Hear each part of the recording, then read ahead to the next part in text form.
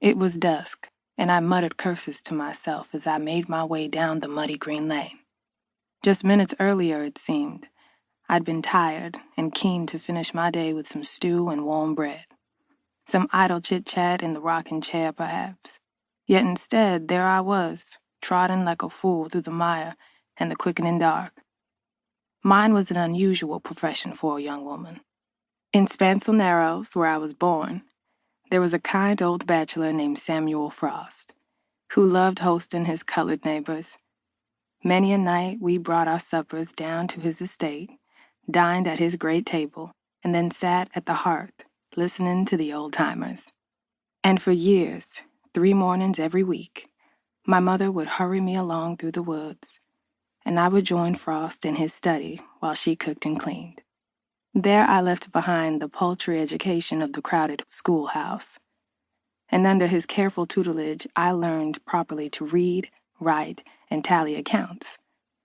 I didn't realize until many years later, until I got to Dunmore in fact, what a gift he and my mother had given me. His teaching gave me sovereignty in my work. My employer, Arabella, would be off for days to her meetings and speaking engagements with the true bands and the congregations as far off as Toronto, as far off as New York even. After a while, it was decided I would stay at the house. There were 5 others there when Arabella was gone. Her brother worked days in the swamp, and he had 3 young children to whom he had the will, if not the time, to attend. The children's mother had not survived their escape. Their grandmother Valora used to look after the young ones, but she had begun to lose her hold on memory. She took to hiding food in corners and under loose floorboards, and dinner wouldn't be made when the brother came home from the swamp and the children from school. They would smell the food days later when it began to rot, and the children would hold their noses at one another and titter about Granny's stinkers. Arabella would quell any such teasing if she heard it. She understood that Valora's forgotten caches were the resurfacing of an old practice. As a young slave woman, she'd made a habit of secreting away meat and provisions for her family in the field. As Arabella will often remind me, she considered me sent from above, even though my arrival in Dunmore was thought to be strange, for I came from the north when all others came southerly. Stranger still that I could read and write better than most men, colored or white. I asked the Lord for a man and he gave me a hand, she would say and wink. So it was that I came to tend the Brimmer household. And when Arabella returned from sojourning, her shoulders struggling to remain upright, we would spend hours by the fire, talking low beneath the snores of the household and the meandering footsteps of Valora.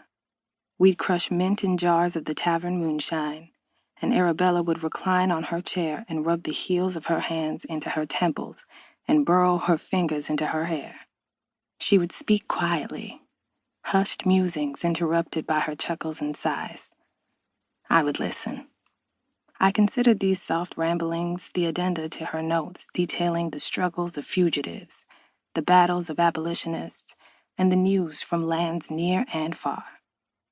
And after a while, invariably, she would give me a look, half grimace, half weary smile. "It's no easy task," she would say. "No easy task to show the world our worth." I listened and I wrote. The next day I would look to my scribbles and I would write again. When I was done, I would send my parcel to the editor in Windsor to be compiled with the articles from other contributors. And the following week, we would see the newspaper in the store, or better, clutched in the hands of men and women squinting beneath caps and brightly hued head wraps, spelling out words as they learned to be free men. By Arabella's account, sales for the Colored Canadian began as a pittance, like most small newspapers. It seemed unlikely that the endeavor would survive. But by the time I arrived in Dunmore, the paper was becoming increasingly profitable. Whether this was due to donations from wealthy abolitionists or to the swelling ranks of fugitives eager to read, I did not inquire, nor did I care. She had enough to pay me well, enough, too, to give generously to the true band of the church. which served as Dunmore's hub for the Underground Railroad. She never flaunted this generosity, but it was known, and she was adored for it. At true band events, new and old arrivals to Dunmore were reminded of that special miracle whereby a slave with nothing in the world could become a man with a house, food for the winter, and work. There was always work hewing and digging in the swamp, and as a government contract, this earned a man more money in a month than he had seen in his life, and for labor that wasn't half as grueling as what he was used to. What a feeling, to work in free country, to move to the harmonizing rumble and trill of voices, and to see faces unified in the sweat and toil, not of terror but of purpose.